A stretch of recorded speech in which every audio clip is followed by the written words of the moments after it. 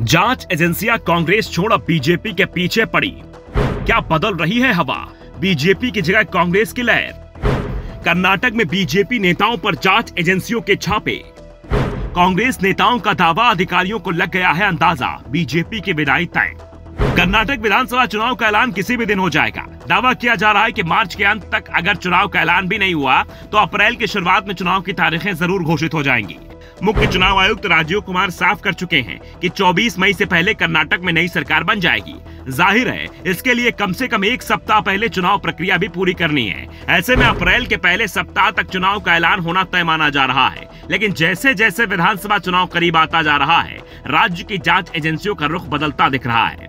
अभी तक जिन एजेंसियों के निशाने पर कांग्रेस और जेडीएस के नेता रहते थे, अचानक ही उनके निशाने पर बीजेपी के नेता आ गए हैं। बीजेपी नेताओं के खिलाफ जांच एजेंसियों ने शिकंजा कसना शुरू कर दिया है। जांच एजेंसियों की बदली रणनीति के बाद कांग्रेस नेताओं ने भी दावा करना शुरू कर दिया है कि कर्नाटक में उसके पक्ष में हवा चल रही है। हवा प्रशासनिक अधिकारी सबसे पहले पहचानते हैं और हवा के रुख को देखते हुए फैसले लेना शुरू कर देते हैं। चुनावों से पहले जिस तरह से बीजेपी नेताओं के ठिकानों पर छापेमारी चल रही है, वो संकेत दे रही है कि हवा बीजेपी के खिलाफ बह रही है। अभी कुछ दिनों पहले ही लोकायुक्त पुलिस ने बीजेपी विधायक मदल विरूपाक्षप्पा के बेटे प्रशांत मदल को रिश्वत लेते हुए रंगे हाथों पकड़ा था। बाद में जब उनके ठिकानों पर छापेमारी की गई तो करोड़ों रुपए बरामद किए गए।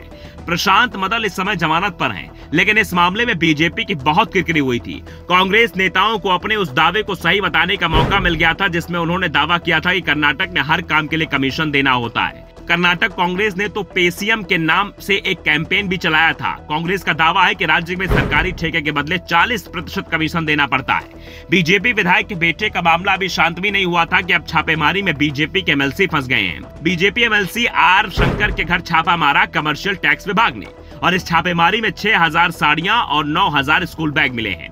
दावा किया जा रहा है कि विधानसभा चुनाव लड़ने की तैयारी कर रहे शंकर ने चुनाव को ध्यान में रखते हुए वोटर्स को लुभाने के लिए सारी चीजें जमा की थी।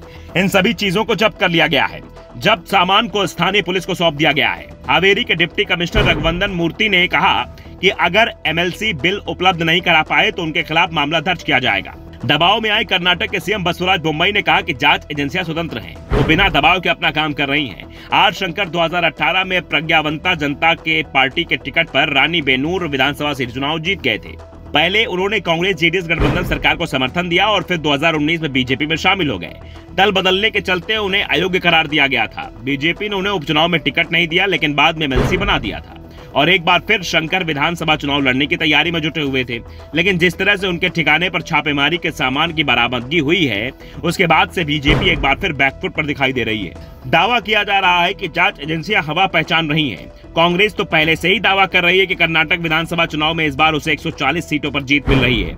232 सदस्यीय कर्नाटक विधानसभा में बहुमत का आंकड़ा 113 है। राज्य में त्रिकोणीय मुकाबला है। ऐसे में किस दल को बहुमत मिलेगा, यह चुनाव के बाद ही तय हो पाएगा। फिलहाल जो भी सर्वे आ रहे हैं वो ये बता रहे हैं कि टक्कर कांटे की है, लेकिन कांग्रेस को अभी बढ़त मिली हुई है। Bureau report, the Navdarpan news.